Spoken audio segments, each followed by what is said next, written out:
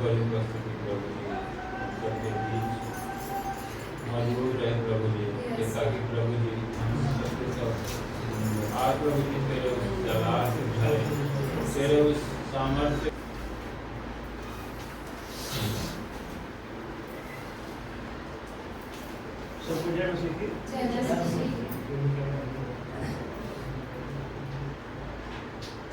रक्षा के लिए प्रार्थना। हे यहोवा, मुझको बुरे मनुष्य से बचा ले, उपद्रवी पुरुष से बड़ी रक्षा कर, क्योंकि उन्होंने मन में बुरी कल्पनाएं की है, वे लगातार लड़ाइयां मचाते हैं। उनका बोलना सांप का काटना सा है, उनके मुंह में नाग का सा विष रहता है। हे यहोवा, मुझे दुष्ट के हाथ से बचा ले, उपद्रवी पुरुष से मेरी रक्षा कर, क्योंकि उन्होंने मेरे पैरों को उखाड़ने की युक्ति की है। घमंडियों ने मेरे लिए फंदा और पासे लगाए और पथ के किनारे जाल बिछाया है, उन्होंने मेरे लिए फंदे लगा रखे हैं। हे यहोवा, मैंने तुझसे कहा है कि तू मेरा परमेश्वर है। हे यहोवा, मेरे गिड़गिड़ाने की उठान लगा। हे यहोवा प्रभु, हे मेरे सामर्थ्य उद्धार करता, तूने युद्ध के लिए मेरे सिर की रक्षा की है। हे यहोवा, उसकी इच्छा को पूरी न होने दे, उसकी बुरी युक्ति को सफल न कर, नहीं को अभिमान करेगा। मेरे घेरने वालों के सिर पर उन्हीं का बिचारा हुआ उत्पात पड़े। उन पर अंगारे डाले जाएं, वे आग में गिरा दिए जाएं और ऐसे गड्ढों में गिरे हुए फिर उठ न सके। बटवाली पृथ्वी पर स्थिर नहीं होने का, उपद्रवी पुरुष को गिराने के लिए बुराई उसका पीछा करेगी। हे यहोवा, मुझे निश्चय है कि तू दीन जनता और दरिद्रों का न्याय चुकाएगा।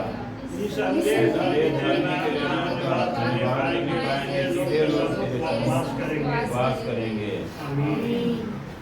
वचन को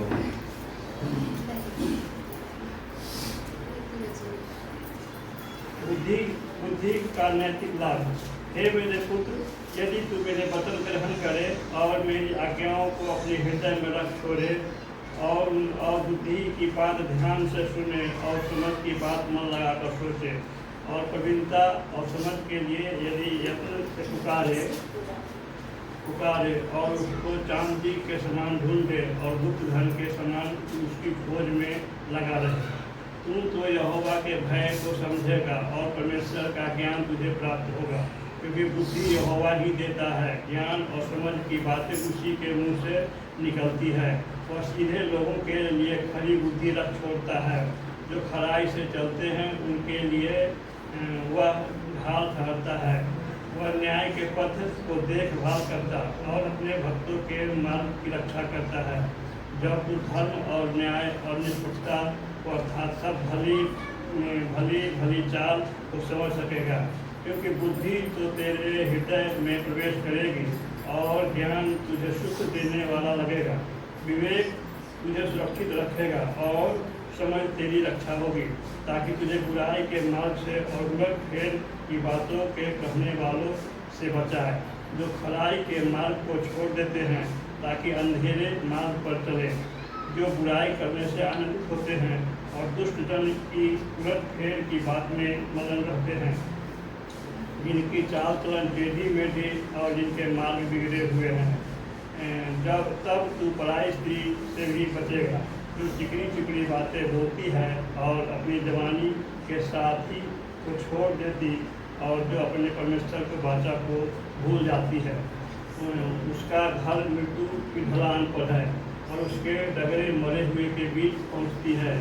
जो उसके पास जाते हैं उनमें से कोई भी लौट कर नहीं आता और न वे जीवन का मार्ग पाते हैं। तू भले मनुष्यों के मार्ग में चल और धर्मियों के पथ को पकड़े रह, क्योंकि धर्मी लोग देश में बसे रहेंगे और खरे लोग ही। चेतावनी और उपदेश है। चेतावनी हम जानते हैं कि चेतावनी क्यों दिया जाता है। जैसे मान लीजिए कि हम बड़े हैं और हमारे बच्चे हैं और हम देखते हैं कि हमें या तो पता चलता है या हमें शक लगता है कि हमारे बच्चे ना कुछ ऐसा रास्ता उनके सामने है कि अगर उस पर वो चलेंगे तो आगे चल के क्या होगा, उनका नुकसान हो जाएगा। और हम लोग चूंकि बड़े हैं, हम उन रास्तों को देख चुके हैं पहले से, तो इसलिए जो है ना हम क्या करते हैं, अपने बच्चों को चेतावनी देते हैं कि क्या करो, ये रास्ता जो है खराब है, इस रास्ता पर चलने से ये परिणाम होगा। हालेलुया। और हम क्या करते हैं, बच्चों को, हर माँ बाप हर बड़े उपदेश देते हैं कि ताकि बच्चे सही शिक्षा को ग्रहण कर सके, सही शिक्षा को पा सके। तो यहाँ पर जो है प्रभु के, हम सब अच्छी तरह से जानते हैं कि जो प्रभु के आरंभिक 12 चेले थे, उनमें से ही एक था यहूदा। 2 यहूदा थे, ये भी हमें समझना चाहिए। एक यहूदा था जिसको यहूदा इस्करियोती कहा जाता है, और एक यहूदा था जो कि उसमें इस्करियोती नहीं था। तो ये वही वाला यहूदा है जो इस्करियोती नहीं है। हालेलुया। तो वो ये पत्री लिख रहे हैं, इसको हम देखते हैं कि इसमें जो है चेतावनी और उपदेश किस तरह का है। हालेलुया। पर हे प्रियो, तुम उन बातों को स्मरण रखो जो हमारे प्रभु यीशु मसीह के प्रेरित पहले ही कह चुके हैं। हालेलुया। वे तुमसे कहा करते थे, पिछले दिनों में ऐसे ठट्ठा करने वाले होंगे जो अपनी अभक्ति की अभिलाषाओं के अनुसार चलेंगे। हालेलुया। ये वे हैं जो पूछ डालते हैं, ये साबित लोग हैं जिनमें आत्मा नहीं। हालेलुया। पर हे प्रियो, तुम अपनी पवित्र विश्वास में उन्नति करते हुए और पवित्र आत्मा में प्रार्थना करते हुए, हालेलुया, अपने आप को परमेश्वर के प्रेम में बनाए रखो और अनंत जीवन के लिए हमारे प्रभु यीशु मसीह की दया की बात जोहते रहो। आमीन। उन पर जो शंका में है दया करो, और बहुतों को आग में से झपट कर निकालो, और बहुतों पर भय के साथ दया करो, पर उस वस्त्र से भी घृणा करो जो शरीर के द्वारा कलंकित हो गया है। हालेलुया। जरा गौर से हमें आज समझना चाहिए इस वचन को, क्योंकि इसमें ना बहुत ज्यादा गहरी बात है। वैसे तो देखो, जब भी हम पवित्र शास्त्र के किसी भी वचन को उठाते हैं तो उसके अंदर बहुत गहराई होती है जो हमारे समझ और कल्पनाओं से भी बाहर है। लेकिन जो प्रभु इस समय हमें समझ देते हैं उसके अनुसार हम इस पर मनन करेंगे। यहाँ पर क्या कर रहे हैं कि पर हे प्रियो, तुम उन बातों को स्मरण रखो जो हमारे प्रभु यीशु मसीह के प्रेरित पहले ही कर चुके हैं। क्या कर रहा है? सिर्फ ये नहीं कह रहा है कि मैं जो बातें कह रहा हूं, जो चेतावनी दे रहा हूं, सिर्फ मैं ही जानता हूं, मैं ही अकेला जो है ये बातें बता रहा हूं। यहाँ पर हम देखते हैं क्या लिख रहा है कि तुम उन बातों को स्मरण रखो जो हमारे प्रभु यीशु मसीह के प्रेरित पहले ही कर चुके हैं, है ना। अब जो 12 प्रेरितों को चुना था प्रभु ने, तो क्या ऐसा तो नहीं था कि उसमें से पतरस को सोमवार को चुन लिया हो और याकूब को जो है मंगलवार को चुना हो, यूहन्ना को बुधवार को चुना हो, और यहूदा को जो है ना 2-4 साल के बाद जो है ना 26 दिसंबर को जाके चुना हो। ऐसा नहीं है। हालेलुया। एक ही समय पर प्रभु ने उन 12 को चुना,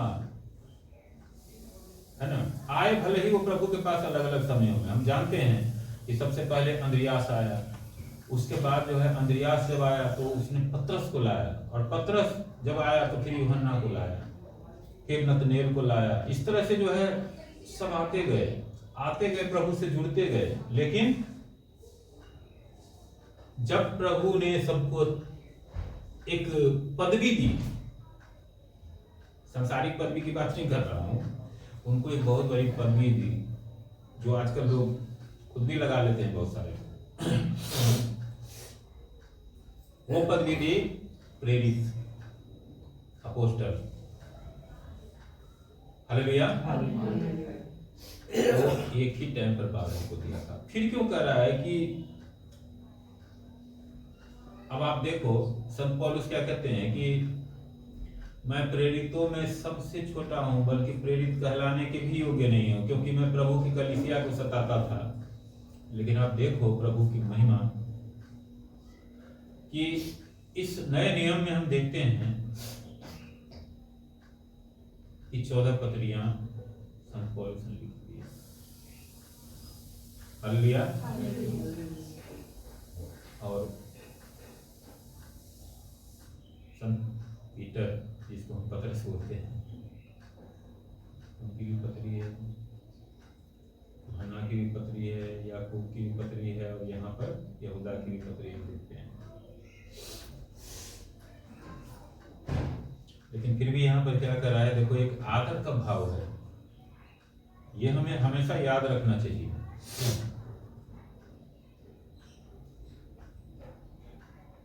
एक आदर और एक प्रेम का भाव है। आप देखो प्रेरितों के काम जब हम पढ़ते हैं तो क्यों पतरस और यूहन्ना का जिक्र है? हम बार बार देखते हैं कि उसमें या तो पतरस यूहन्ना का जिक्र है या पौलुस का जिक्र है या कुछ और लोगों के भी जिक्र हैं, लेकिन सबसे ज्यादा हालेलुया। क्योंकि यहाँ पर देखो सिंपल बात है, सिंपल फॉर्मूला है, गिव एंड टेक का फॉर्मूला आप समझ लो। अगर इसको तो हम सब समझते हैं, जिसने प्रभु के लिए कुछ खोया है ना, उसको प्रभु देते हैं।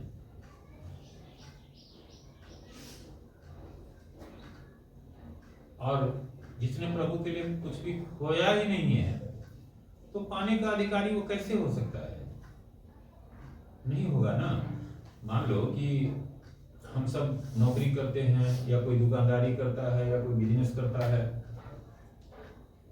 तो अपना सुख चैन त्याग करके वहां पर समय नहीं देता है, तभी तो उसको मिलते हैं, संसाधन मिलते हैं, पैसे मिलते हैं, उससे जीवन में जो है वो अपने जरूरतों को पूरा करता है ना।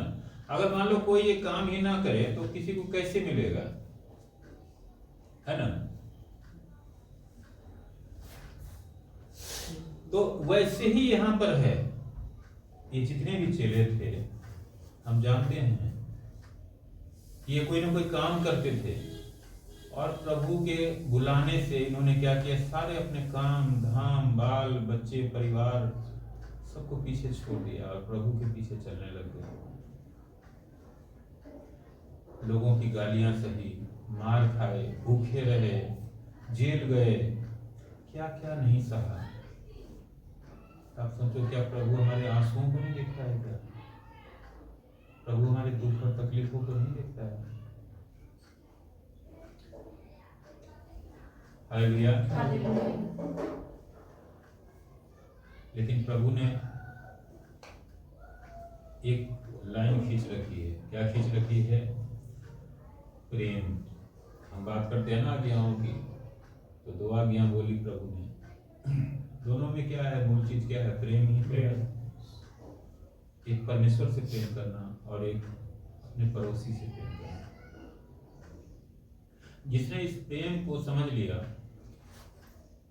वो सिद्ध हो गया। और जो ये प्रेम को नहीं समझ पाता है ना, वो चाहे कुछ भी कर ले, लेकिन वो असिद्ध ही है। यहां पर हम इस वचन में भी प्रेम को देखते हैं कि वो क्या कर रहा है, कि जो पहले के लोग कह चुके हैं, बातों में डिफरेंस नहीं है। जो पतरस, यूहन्ना, याकूब और जितने भी अंद्रियास, जितने लोगों ने भी मान लो जो समझाते थे लोगों को, उसी का रेफरेंस ये दे रहा है। ये दे रहे हैं कि तुम उन बातों को स्मरण रखो जो हमारे प्रभु यीशु मसीह के प्रेरित पहले ही कह चुके हैं। हालेलुया। कोई डिफरेंस नहीं यहाँ बना रहा है। वे तुमसे कहा करते थे, पिछले दिनों में ऐसे ठट्ठा करने वाले होंगे जो अपनी भक्ति की अभिलाषाओं के अनुसार चलेंगे। क्या करेंगे? आने वाले समय में ऐसा होगा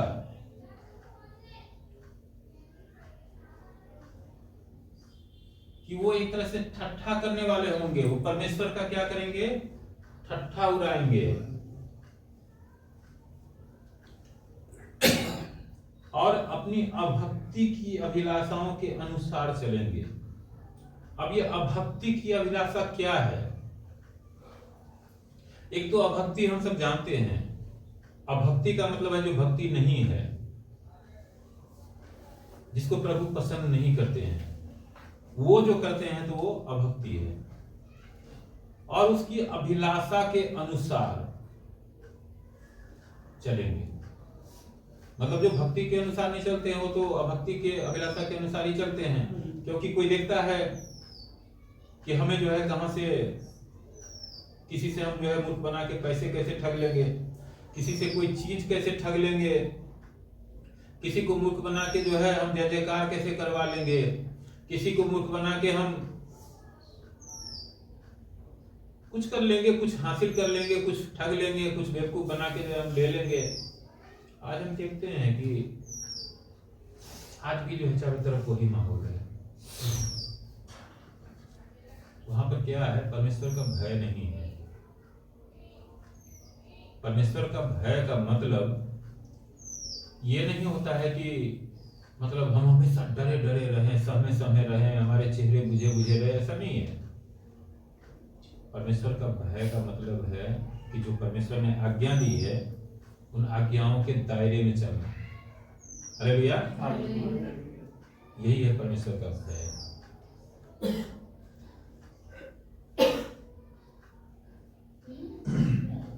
और क्या कहता है कि ये वे हैं जो फूट डालते हैं, ये सादिक लोग हैं जिनमें आत्मा नहीं। अब देखो ये बात बिल्कुल क्लियर है हमारे सामने में कि जो लोग भी ऐसा करते हैं वो क्या हैं? वो सादिक लोग हैं। गलातियों की किताब में हम पढ़ते हैं ना, गलातियों की पत्री में पढ़ते हैं ना कि जो सादिक लोग कौन होते हैं और आत्मिक लोग कौन होते हैं। वहां बिल्कुल स्पष्ट लाइन खींचा हुआ है कि शरीर के जो काम है, जो शारीरिक है, तो उनमें शरीर के काम उत्पन्न होंगे। मान लो कि हम अगर एक बबूल का पेड़ लगाएंगे तो उसमें क्या होगा? बबूल का स्वभाव है, उसमें कांटे होते हैं, तो कांटा उगेगा, कांटेदार पेड़ उगेगा। और वो एक ही पेड़ नहीं उगता है, वो बीज झड़ते रहता है और हर साल नए नए सैकड़ों पेड़ निकलते रहते हैं। लेकिन यदि कोई आम लगाएगा तो आम का ही पेड़, आम का ही फल आएगा ना। तो कहने का मतलब जो आत्मा के अनुसार चलते हैं तो उसमें आत्मा के फल लगेंगे, निश्चित बात है। जिस चीज का पेड़ होगा उसी का फल लगेगा ना।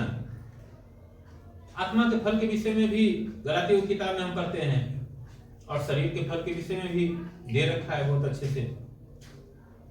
तो यहां पर क्या कह रहा है कि ये वे हैं जो फूट डालते हैं, ये सादिक लोग हैं जिनमें आत्मा नहीं है। फूट डालना किसका काम है? सादिक लोग हैं। और जो सादिक लोग हैं वो जो है, जो विरोधी है उसकी आत्मा के द्वारा चलते हैं। क्योंकि परमेश्वर की आत्मा के द्वारा जो भी चलेगा उसके अंदर मेल मिलाप की आत्मा होगी, उसके अंदर प्रेम की आत्मा होगी, उसके अंदर करुणा की आत्मा होगी, है ना। वो झगड़ा नहीं करेगा, वो गाली गलौज नहीं करेगा, वो किसी का कुछ लूट लेने में खुश नहीं होगा, वो कुछ दे देने में प्रसन्न होता है, वो दया करने में प्रसन्न होता है। हालेलुया। तो यहाँ पर यही डिफरेंस है। ऐसे ही लोगों से कह रहा है सावधान रहने के लिए, क्योंकि क्या है, उनके अंदर आत्मा नहीं है। पर हे प्रियो, तुम अपने अति पवित्र विश्वास में उन्नति करते हुए और पवित्र आत्मा में प्रार्थना करते हुए क्या कर रहा है? तुम अपने अति पवित्र विश्वास में उन्नति करते हुए और पवित्र आत्मा में प्रार्थना करते हुए अति पवित्र विश्वास में। विश्वास तो कुछ भी हो सकता है, हम जानते हैं ये दुनिया में हर आदमी कुछ ना कुछ विश्वास करता है, लेकिन ये जरूरी नहीं है कि वो जो विश्वास कर रहा है वो सही है और वो सही चीज पर विश्वास कर रहा है। पानी को हम दूध समझने लग जाए तो वो दूध नहीं हो जाएगा, है ना। और आग को हम पानी समझने लग जाए तो आग पानी नहीं हो जाएगा। और अगर गलती से हम आग से प्यास बुझाने की कोशिश करेंगे तो क्या होगा, हम जल जाएंगे। तो इसलिए यहां पर कह रहा है कि पवित्र विश्वास, क्योंकि परमेश्वर क्या है, पवित्र है। तो जो परमेश्वर के ऊपर जो विश्वास है वो भी पवित्र विश्वास है। हालेलुया। और पवित्र आत्मा में प्रार्थना करते हुए, अब पवित्र आत्मा में कैसे प्रार्थना करते हैं? पवित्र आत्मा से प्रार्थना तो हम देखते हैं कि क्या होता है, बहुत से लोग अन्य भाषा में प्रार्थना करने लग जाते हैं, बहुत से लोग और तरीके हो सकते हैं, लेकिन पवित्र आत्मा में प्रार्थना करना कैसे क्या होता है? पवित्र आत्मा में प्रार्थना करना वो होता है कि जो हम जानते हैं और परमेश्वर जानते हैं। जैसे अन्य भाषा में प्रार्थना करते हैं तब भी वही होता है, लेकिन अन्य भाषा में क्या है कि अनुवाद भी उसका होता है। लेकिन पवित्र आत्मा में प्रार्थना करने का मतलब है कि वो चलते रहता है इंटरनली। हालेलुया। और क्या करा कि अपने आप को परमेश्वर के प्रेम में बनाए रखो और अनंत जीवन के लिए हमारे प्रभु यीशु मसीह की दया की बाट जोहते रहो। क्या कह रहा है? अपने आप को परमेश्वर के प्रेम में बनाए रखो। हमारे लिए जो सबसे बड़ा जो डोर है, जो सबसे बड़ा पूंजी है और सबसे बड़ा एक गिफ्ट है, वो क्या है? परमेश्वर का जो प्रेम है वो है हमारे लिए। परमेश्वर की जो दया है, परमेश्वर का जो अनुग्रह है वो है हमारे लिए। और हमें जो उद्धार मिला है वो भी हम जानते हैं कि हमारे किसी अच्छे कामों के जरिए हमें उद्धार नहीं मिला है, बल्कि परमेश्वर के अनुग्रह के द्वारा, परमेश्वर की दया के द्वारा। और हम जानते हैं कि किस तरह से परमेश्वर ने अपने इकलौते बेटे को धरती पर भेजा और वो हमारे पापों और अपराधों के लिए क्रूस पर चढ़ा, अपनी जान दी और हमारे पाप और अधर्मों का उसने कर्जा चुकाया और हमको आजादी दी। तो ये क्या है? ये हमने तो नहीं कहा था प्रभु को, हम तो जानते भी नहीं थे, लेकिन उसकी दया है, उसने हम पर दया की, क्योंकि हम इतने नीच थे, हम इतने गिरे हुए थे और हमारे पाप और अधर्मों का बोझ इतना ज्यादा था कि हम उसमें तड़प रहे थे। ये सब देख करके प्रभु को दया आई हम पर और तब वो हमारे लिए आए। तो ये उसकी दया है। इसीलिए कह रहा है कि जो कुछ भी हमारे जीवन में होता है वो परमेश्वर की दया से ही होता है। इसीलिए यहाँ पर कह रहा है कि जो अनंत जीवन जो हमें मिलता है वो भी उसकी दया के अनुसार ही हमें दिया जाएगा। हालेलुया। और अगर हमें मिला है तो कायम भी रहेगा उसकी दया के अनुसार ही।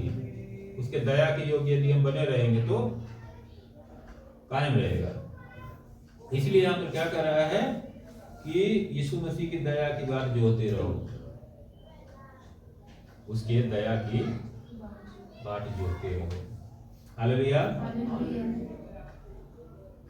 उन पर जो शंका में है दया करो। हम जानते हैं कि बहुत से लोग क्या होते हैं कि उनके अंदर जो है ना कोई भी प्रकाशन हो, कुछ भी हो, या प्रभु के जो काम है उसके विषय में शंका होता है कि पता नहीं ये होगा कि नहीं होगा, ये प्रभु करेंगे नहीं करेंगे, प्रभु हम पर दया करेंगे कि नहीं करेंगे।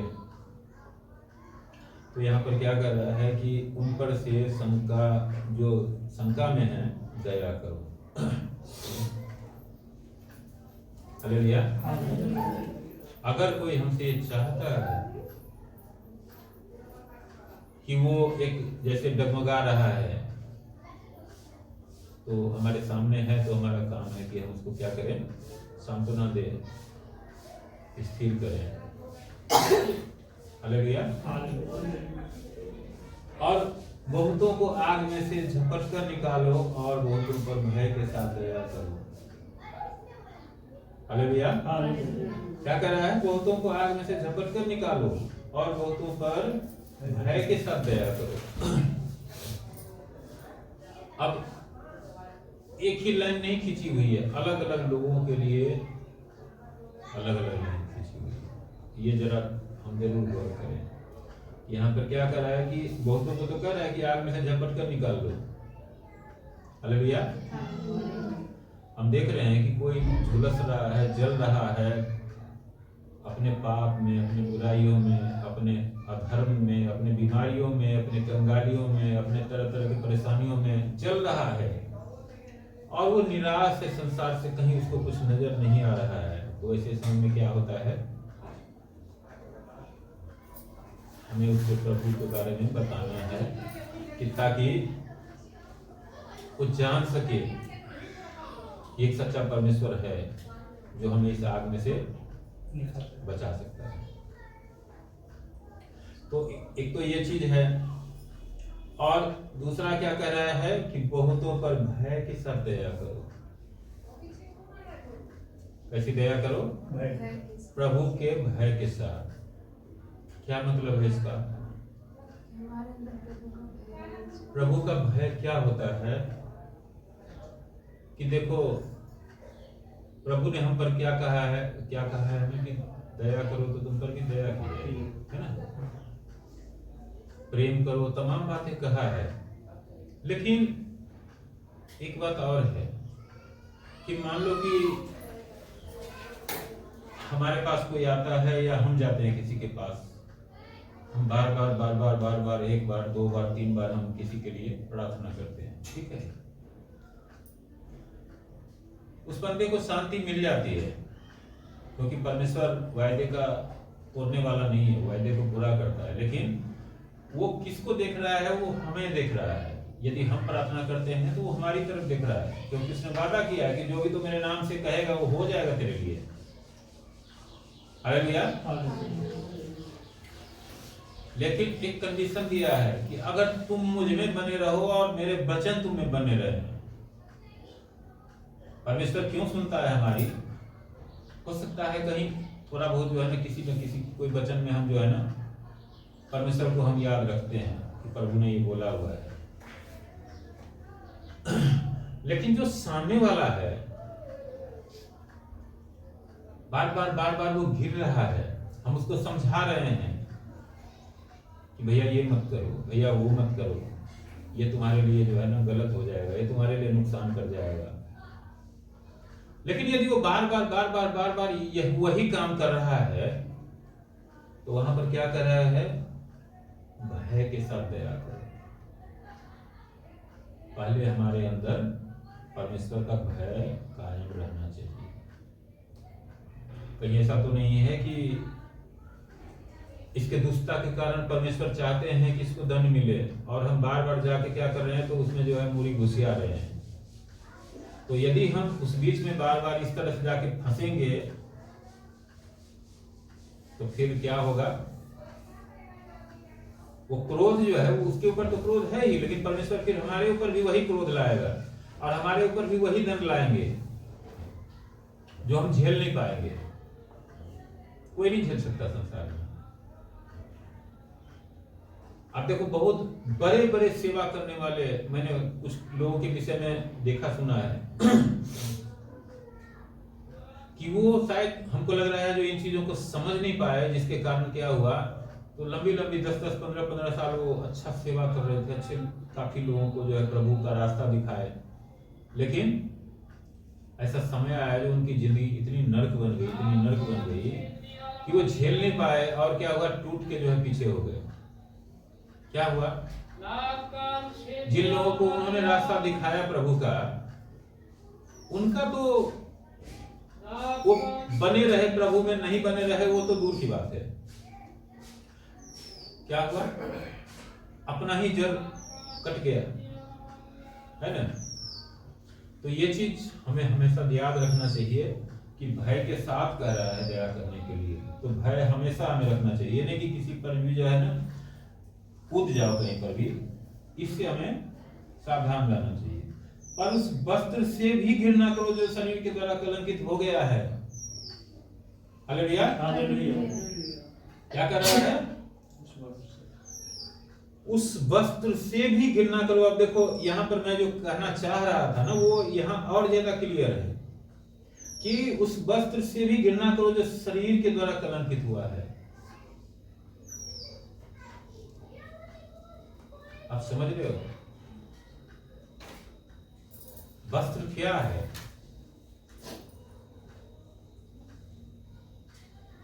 वस्त्र मतलब केवल ये नहीं है कि जो वस्त्र हम पहन रखे हैं, है ना। आप व्यवस्था विवरण, लैब व्यवस्था, इन सब में जाके करो, उसमें जो है वस्त्र के विषय में क्या क्या लिखे हुए हैं, अच्छाइयां भी बुराइयां भी सब लिखे हुए हैं। लेकिन वहां पर क्या लिखा है कि वस्त्र यदि अपवित्र हो गया तो कुछ कंडीशन में क्या है कि उसको धोया जाएगा तो साफ हो जाएगा, कुछ कंडीशन में क्या है कि उसको दोबारा छूना भी नहीं है, ये लिखा हुआ है। लेकिन यहां वस्त्र का मतलब जो है हमें समझना चाहिए कि जो हमारा जीवन है उसको आप एक वस्त्र की तरह देखिए, क्योंकि जीवन हमारा परमानेंट नहीं है। आप ये अच्छी तरह से जानते हैं, जैसे कपड़ा हमारा परमानेंट नहीं है ना, वैसे ही हमारा जीवन परमानेंट नहीं है। आज जो कुछ भी हम जीवन में देख रहे हैं, कल वो नहीं होगा, कल कुछ और होगा। तो वो भी एक वस्त्र के जैसे है,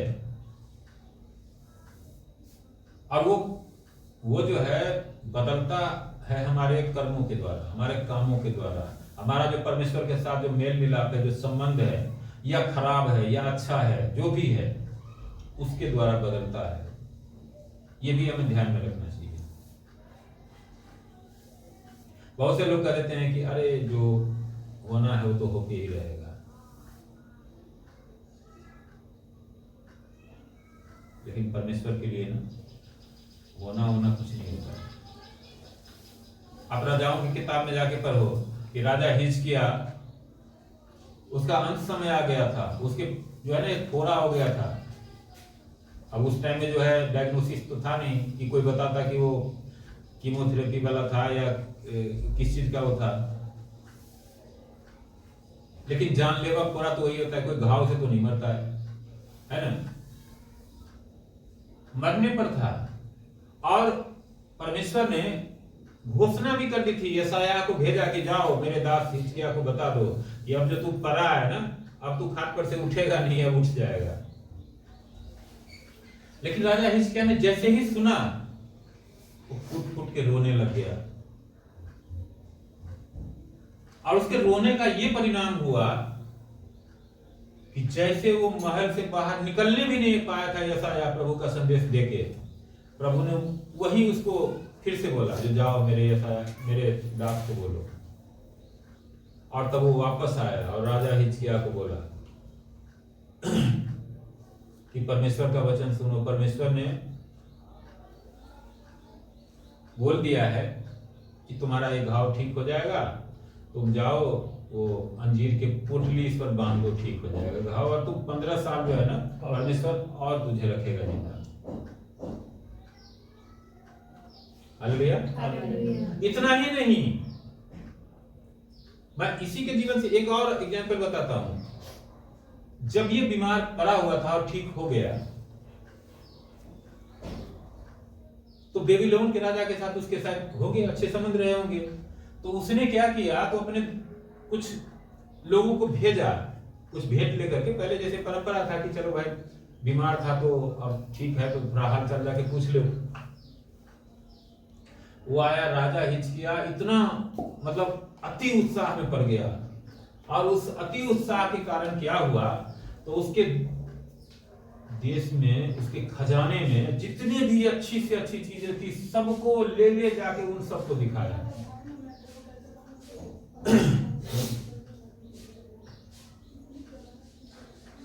इसका परिणाम क्या हुआ, तो परमेश्वर ने ये ठान लिया कि इसका सारा खजाना जो है ना वो लूट के ले जाएंगे।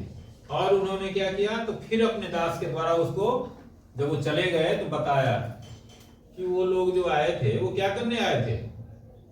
तो बोला जो मेरा हाल चाल पूछने आए थे, मैं बीमार था ना, अब ठीक हो गया तो इसलिए हाल चाल पूछने आए थे। बोला तो तुमने क्या किया। तो बोला जो हमने तो उसको अपना सारा जितने सोने चांदी जितने खजाना थे अच्छी अच्छी चीजें सब हमने घुमा घुमा के दिखा दिया। बोला बहुत बढ़िया, शाबाश। अब जो है ना उसमें से एक भी चीज तुम्हारे देश में नहीं रहेगा और तुम सब बंधुआई में जाओगे। लेकिन फिर भी देखो ये परमेश्वर ने तो ठान लिया था, लेकिन फिर भी परमेश्वर उसके अच्छाइयों को याद रखा और बोला कि ये तुम्हारे जीवन में नहीं होगा, जब तुम चले जाओगे संसार से तब ये बातें होगी। तो परमेश्वर बदलते कैसे नहीं है, हर एक चीजों को बदलते हैं और वो बदलते हैं, इसीलिए हमें उन पर आशा है, भरोसा है। वो नहीं बदलते तो हम क्या जरूरत है परमेश्वर की, कोई जरूरत नहीं है भैया। जो हमारे जीवन में यही होना है, हमें पता लग गया कि या तो हमारे जीवन में बहुत सुख है मतलब संसारिक, या बहुत दुख है और वही हमें झेलना है, वो बदलना नहीं है। तो फिर परमेश्वर की कोई जरूरत नहीं है।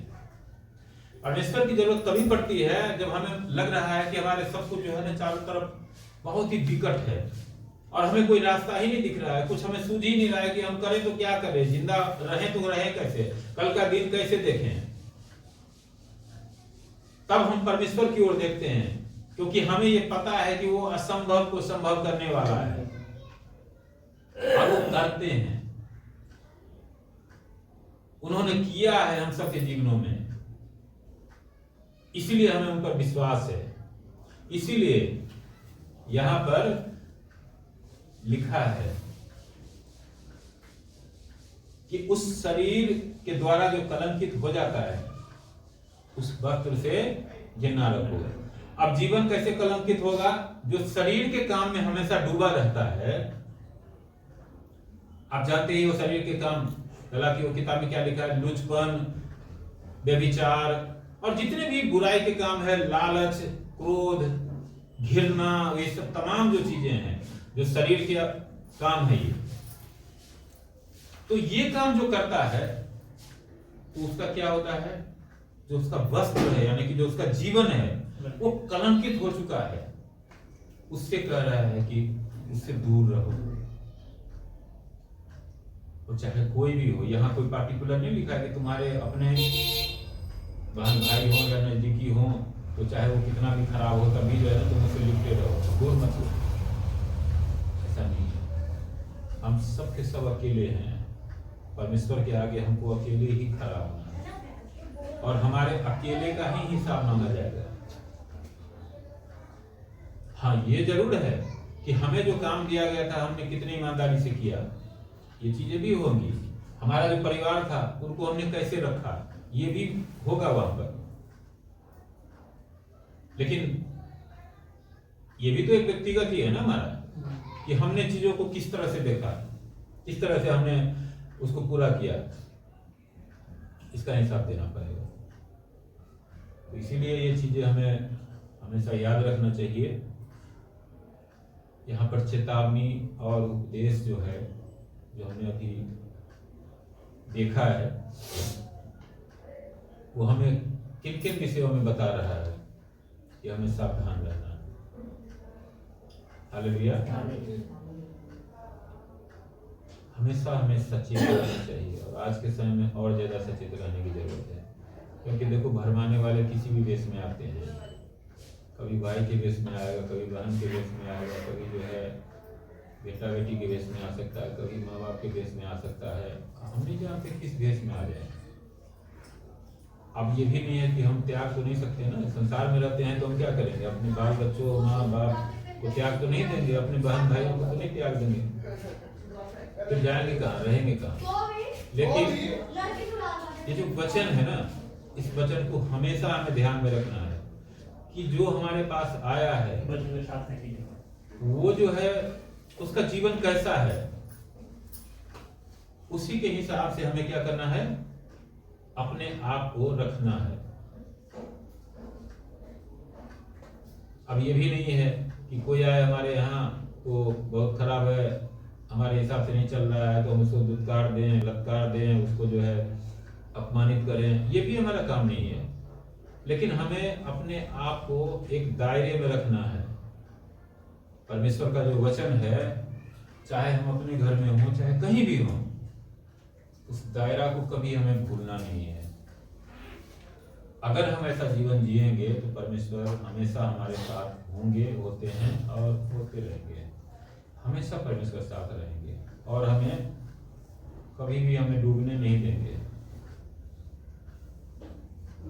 और चाहे हमारे पूरा संसार ही शत्रु हो जाए तब भी जो है ना, वो हमारा कुछ बिगाड़ नहीं सकते हैं। परमेश्वर से बड़ा कोई नहीं है। तो परमेश्वर ने हमें इसीलिए चुना है ताकि हम उसकी इच्छा के अनुसार चलें। सीधी बात है। और उसकी इच्छा क्या है? जो उसकी आज्ञाएं हैं उसी के दायरे में होती है सब। ये बात हमेशा हमें ध्यान में रखना है। और इस वचन के द्वारा हम सबके जीवन में बहुत सारी आशीषें आए, बहुत सारे बदलाव आए और हम जीवन का मार्ग कभी भी चूके नहीं। मैं प्रभु से यही विनती करता हूँ, प्रभु यीशु मसीह के नाम में आमीन।